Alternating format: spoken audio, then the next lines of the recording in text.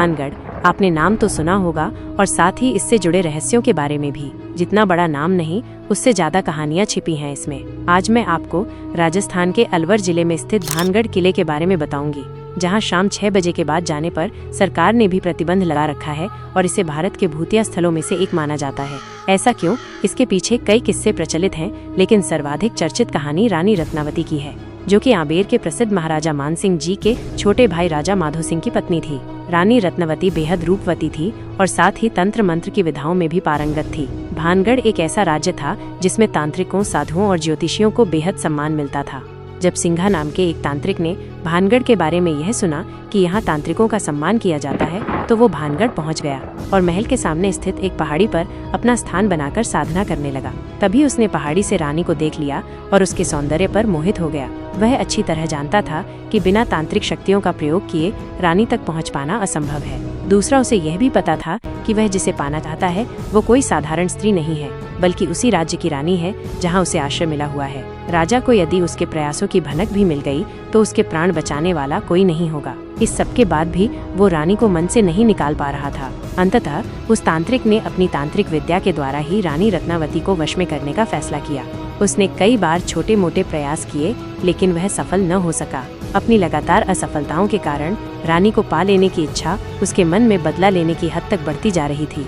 दूसरी ओर सिंघा को इस बात का रत्ती भर भी ज्ञान नहीं था कि रानी रत्नावती भी तंत्र विद्या की अच्छी जानकार है। यह बात न मालूम होने के कारण ही तांत्रिक अंत में वो भूल कर बैठा, जिसके कारण न केवल वो अपनी मृत्यु का बल्कि भानगढ़ के विनाश का भी कारण बना। हुआ ये कि रानी को हासिल न कर पाने की खीज और कई विफल प्रयासों के बाद उसने अपना आखिरी दांव खेला।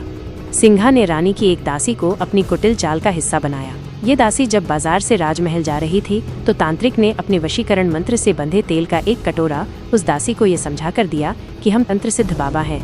रानी को ये तेल देना और उन्हें ये समझाना कि इस तेल का उपयोग अपने शरीर पर करें, इससे उनका कल्याण होगा।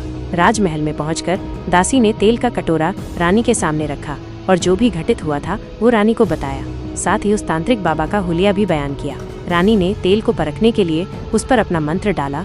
तेल घूमने लगा। अपनी सिद्धि से रत्नावती ने जान लिया कि तेल में वशीकरण के साथ ही मारक मंत्र व तंत्र का प्रयोग किया गया है। रानी को समझ आ गया कि तांत्रिक ने उसे अपने मुंहपाश में बांधने के लिए ही ये तेल दासी के हाथ भिजवाया है। रानी के क्रोध की सीमा न रही और इसी गुस्से में उसने उसी समय अपने सामने रखी तेल की कटोरी पर सिद्ध मारक मंत्र पढ़कर वहीं से सामने वाली पहाड़ी पर फेंका, जहां बैठा वो तांत्रिक अनुष्ठान कर रहा था। तेल एक भयानक आवाज के साथ शिला के रूप में वहां से उड़ा और कहर बनकर तांत्रिक के ऊपर टूटा और सिंघा वहीं मृत्यु को प्राप्त हुआ।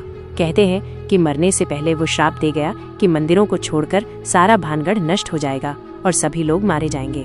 भानगढ़ के आसपास के गांवों के अनेक लोग मानते हैं कि तांत्रिक के श्राप के कारण ही किला सहित सभी इमारतें खंडहर हो गईं, लेकिन मंदिरों का कुछ नहीं बिगड़ा। कुछ लोगों का विश्वास है कि इस श्राप से अकाल मृत्यु को प्राप्त हुए लोगों की आत्माएं आज भी यहाँ भटकती हैं। इसी कारण भानगढ़ को भारत के सबसे भूतिया स्थलों में से एक माना गया है और इसी के चलते सरकार ने यहाँ शाम 6 बजे के बाद प्रवेश पर प्रतिबंध लगा रखा है।